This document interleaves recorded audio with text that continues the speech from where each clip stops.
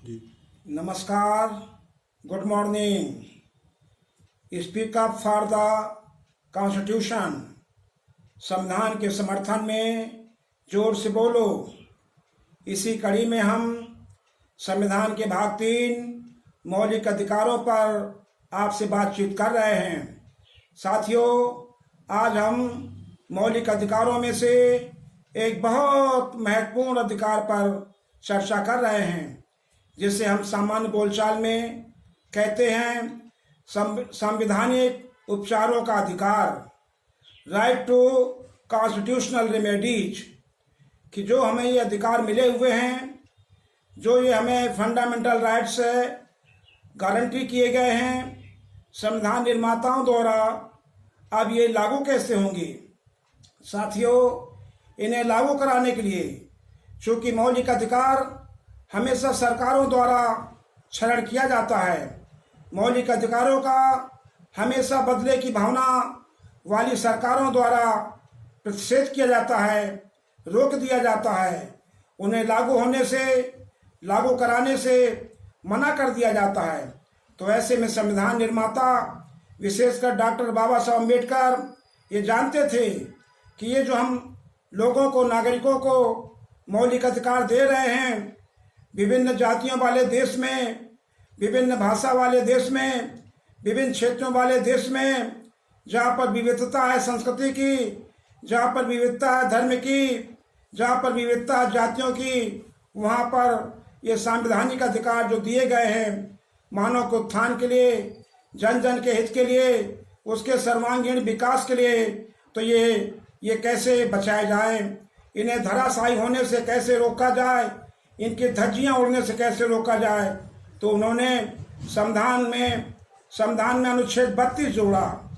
भाग 3 में साथियों अनुच्छेद 32 जोड़ा, जिसमें कहा गया कि नागरिकों को ये जो अधिकार मिले हुए हैं, इन्हें लागू कराने की जिम्मेदारी, ये जो जिम्मेदारी होगी लागू कराने की, कोई सरकार, कोई अथॉरिटी, कोई अधिकारी जब छीनेगा, कोई ग्रुप, कब समाज का व्यक्ति, कोई कंपनी जब इन्हें छीनेगी, कम करेगी, घटाएगी, आपसे वंचित करेगी, तो ये लागू कराने का जो दायित्व है देश की न्यायपालिका को होगा, यानी सुप्रीम कोर्ट को होगा, सर्वोच्च न्यायालय को होगा।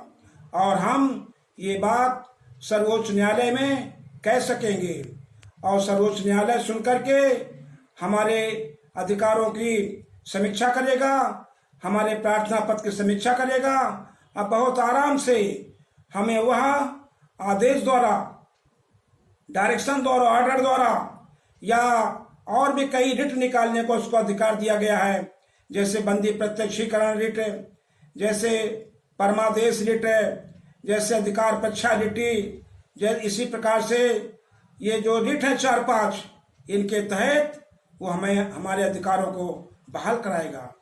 यो तो सुप्रीम कोर्ट ने भी कहा है कि अपने अधिकार के बहाल कराने के लिए कोई भी पीड़ित व्यक्ति एक प्रार्थना पत्र पोस्ट कार्ड भी डाल सकता है, और प्रार्थना पत्र पोस्ट कार्ड में भले ही नियमों का पालन न किया गया हो तो उसका कोई महत्व नहीं रहेगा, लेकिन ऐसा होता नहीं है। सुप्रीम कोर्ट ही आजकल हमारे मौलिक अधिकारों का सबसे ज्यादा हनन करता है। सुप्रीम कोर्ट आजकल हमारे प्रार्थना पत्रों को फेंक देता है, हमारे प्रार्थना पत्रों को बड़ी ही घृणापूर्वक देखता है, और कई बार प्रार्थना पत्र देने वालों को भी वो जो डांट लगाता है और 1 लाख, 2 लाख, 3 लाख, 4 लाख, 5 लाख का जुर्माना दे देता है, मानहानि का मुकदमा चलाता है। तो साथियों, देखा जिस सर्वोच्च न्यायालय को संविधान निर्माता बाबा साहब ने यह दायित्व दिया था, वही हमारे अधिकारों का सबसे ज्यादा हरण करता है, रोकता है, बदले की भावना से रोकता है, जातिवादी मानसिकता से रोकता है, लोगों पर मुकदमे चला देता है, मानहानि के मुकदमे चलाता है, और हमारे महत्वपूर्ण प्रार्थना पत्रों को, हमारी महत्वपूर्ण रिट पिटीशंस को खारिज कर देता है, फेंक देता है। ऐसे में हमें ऐसी सरकार चुनना होगा, जो सरकार ऐसी सरकार आए, ऐसे जनप्रतिनिधि आए कि उनके दबाव में अच्छे न्यायपालिका के अच्छे जज चुने जा सके, गोगोई जैसा न चुना जा सके। आपका रंजन गोगोई आपने देखा कि मंदिर के मामले में फैसला देने के लिए पैकेज कर लिया, राज्यसभा के सदस्य की सीट का पैकेज कर लिया और उसी के साथियों ने भला बुरा कहा। इसके बाद हम मंदिर के मामले को दोबारा उठाने गए तो डाटा और रिट को फेंक दिया, जबकि रिव्यू करने का उसको ड्यूटी है।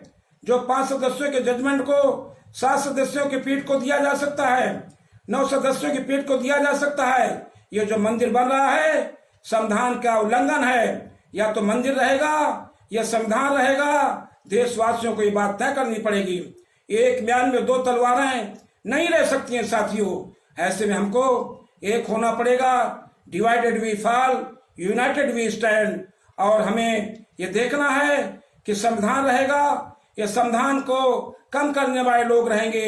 एक म्यान में ज्यादातर एक ही तलवार रहती है। जब तक नई व्यवस्था न कर ली जाए तो आज हमने आपको बताया कि मौलिक अधिकार तो हैं और अधिकारों को सुरक्षित करने के लिए, उनको संरक्षित करने के लिए सेफ गार्ड है। सेफ गार्ड सुनने का अधिकार सिर्फ सर्वोच्च न्यायालय को है और वो मनमानी करता है, मन की बात करता है, उपेक्षा करता है, इग्नोर करता है, घृणा करता है, कई बार डांटता भी है और आप पर दंड लगा देता है, फाइन लगा देता है। डर कर लोग उसके पास नहीं जाते हैं, डरे हुए हैं। तो साथियों, आज हमने संविधान के भाग 3 पर चर्चा किया, मौलिक अधिकारों पर चर्चा किया। अगली कड़ी में हम राज्य के नीति निर्देशक तत्वों पर चर्चा करेंगे, संविधान के भाग 4 पर चर्चा करेंगे। बहुत बहुत धन्यवाद। जय भीम, जय भारत, जय जन, जय उत्थान, जय संविधान, जय मजदूर, जय किसान। खुदा हाफिज।